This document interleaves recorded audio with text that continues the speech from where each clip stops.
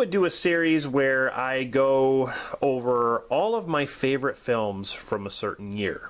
And I wanted to start with 1980. I'm an 80s kid, so I thought it was only fitting that I'd start with 80 and go on. So what I'm going to do is I'm going to show you guys my favorite films from the year 1980. Then I'm going to show you my favorite films from the year 1981, then 82, then 83, and so on. All going to be their own separate videos. That is my new series that I'm doing. So I hope you guys enjoy it. Now, the list for today's video is actually kind of short. It seems like as the 80s, progress, it seems like the list of good movies gets bigger as the years go by. So you'll see that. But anyway, let's start with my favorite films of the year 1980. First up here is, of course, The Changeling. Yes, George C. Scott. I have it here on Blu-ray. This is the Severin Films releasing. I took the limited edition slipcover off, but here's the limited edition, edition slipcover there. But yeah, The Changeling, just a awesome, creepy film. So, next up is John Carpenter's The Fog. Another kind of eerie film. I love the tint, like the greenish kind of tint to the fog itself. It's a classic, man. Full-scale thriller of the supernatural. The Fog. Next up is the original Friday the 13th. This is a movie that you'd never forget when you watch it for the first time, especially the ending, the twist ending. The characters, the deaths, it's just all iconic. And yeah, it's something that changed the slasher genre. It really did. Was something that I like to always call creative kills. This is kind of the movie that started that aspect of it. So, next up we have Maniac. This is from Blue Underground. Of course, the 3-disc limited edition, new 4K restoration. Love this movie. Oh, hey, look, it's Gazzo from Rocky. That's always, I always like to, to say that. But yeah, Maniac. Classic horror film there. Next up is Motel Hell. It takes all kinds of critters to make Farmer Vincent's fritters. Him and his twisted sister, who reminds me of Kathy Bates from Misery. Looks like Annie Wilkes. This is a fun movie. It really is. If you have not seen Motel Hell, I definitely recommend it. Next up is Private Benjamin. I do like Goldie Hawn as an actress. One of my favorite movies that she's done is Wildcats. It's a good football movie, but this is another good one. I enjoyed this one. The Army was no laughing matter until Judy Benjamin joined it.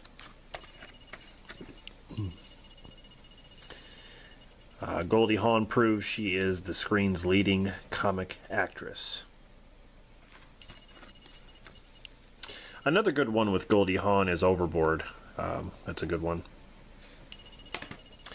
Next up, we have another Jamie Lee Curtis film, Prom Night. She was booming in the 80s, I tell you.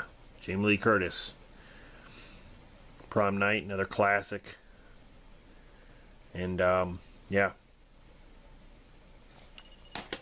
Next up is my favorite horror movie of all time. Those of you who know me, Stanley Kubrick's The Shining. the good version of The Shining. Sorry, Stephen King. I know you don't like this version, but you know, there are a lot of people who prefer this. So, just a masterpiece, in my opinion. Next up, we have The Empire Strikes Back. Part of the original trilogy of Star Wars. You know, there was no episode 5 or anything like that. It was just The Empire Strikes Back. Just like the fourth movie, or the first movie at that time, was just called Star Wars. It wasn't called Episode 4, A New Hope. So, this is, you know, without a doubt, on a lot of people's favorite list. My favorite Star Wars movie is Return of the Jedi, but this is definitely in my top 3 for sure, I would say. So, next up, another classic, Superman 2. The adventure continues.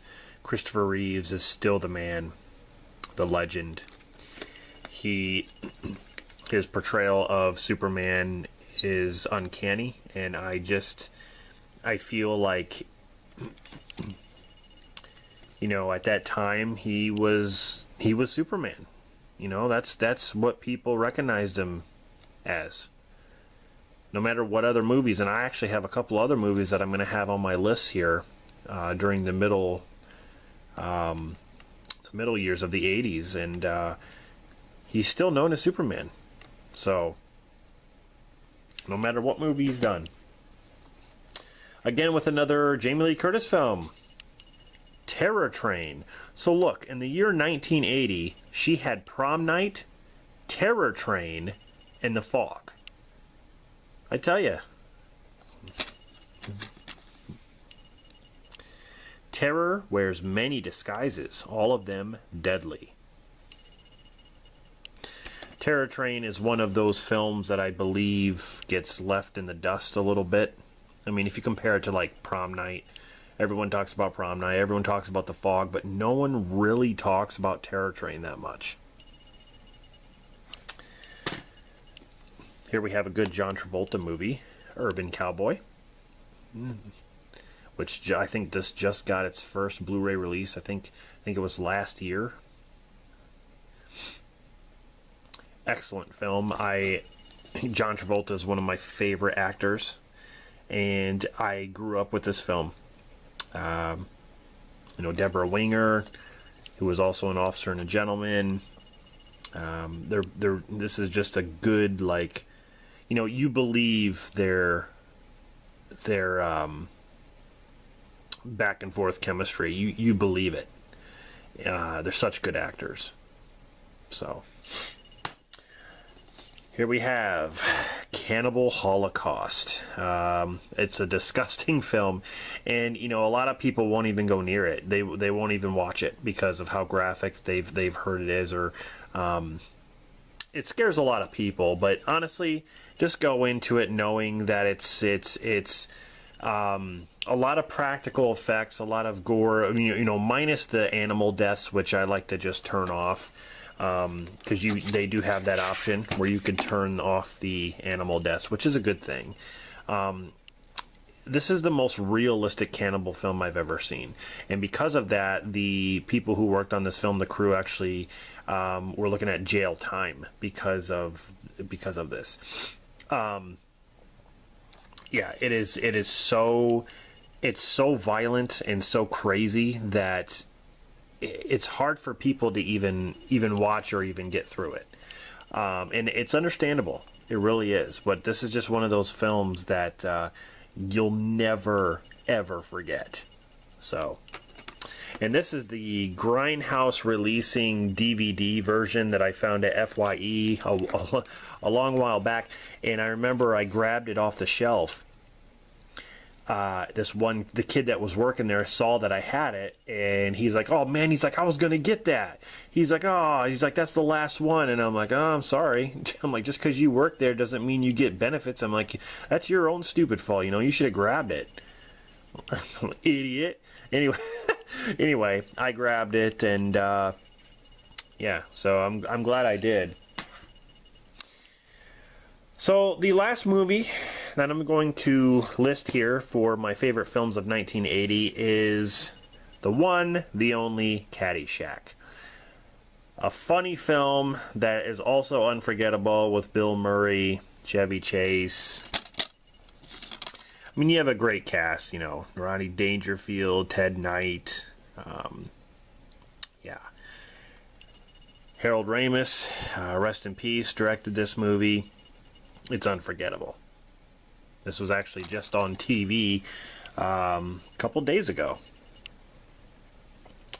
So, Caddyshack. Definitely a movie that you'd never forget.